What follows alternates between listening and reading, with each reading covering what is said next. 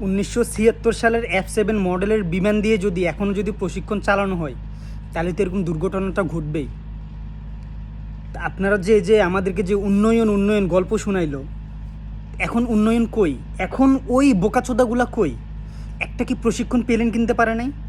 এই 1976 সালের F7 plane দিয়ে যে এখনও প্রশিক্ষণ করতেছে।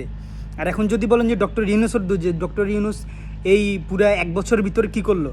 আরে বোকাচোদার দল 17 বছরে যেগুলো করছে ওইগুলো করতে করতেই তো উনি এখনও কিছু করতে পারতেছে না।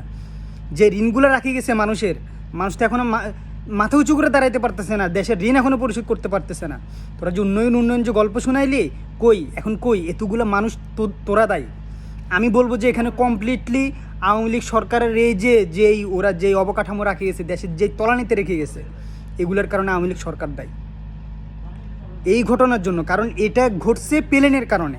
আর এই প্লেনটা হইতেছে যে প্রশিক্ষণ প্লেন, সেই পুরাতন মডেলের প্লেন। 2025 সালে এটা আকাশে উড়ার কথা না, যেখানে মধ্যমায়ের দেশ বলে পুরো বিশ্বর কাছে বাংলাদেশকে মডেল বাংলাদেশ, ডিজিটাল বাংলাদেশ রূপে তুলে ধরা হইল। কোথায় গেল এগুলা?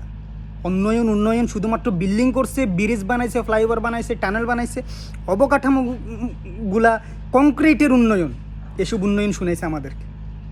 আজকে দুগুলো শিশুদের জীবন দিল। যদি উনি যদি উন্নয়ন যদি আসলেই করতো, যদি এখানে যদি কিনে যদি রাখে যেত এরকম প্লেন, তাহলে আজকে এই দুর্ঘটনা ঘটতো? এই প্লেন দিয়ে কি তাদেরকে প্রশিক্ষণ দেওয়া লাগতো? জবাব কোথায় তাদের এখন?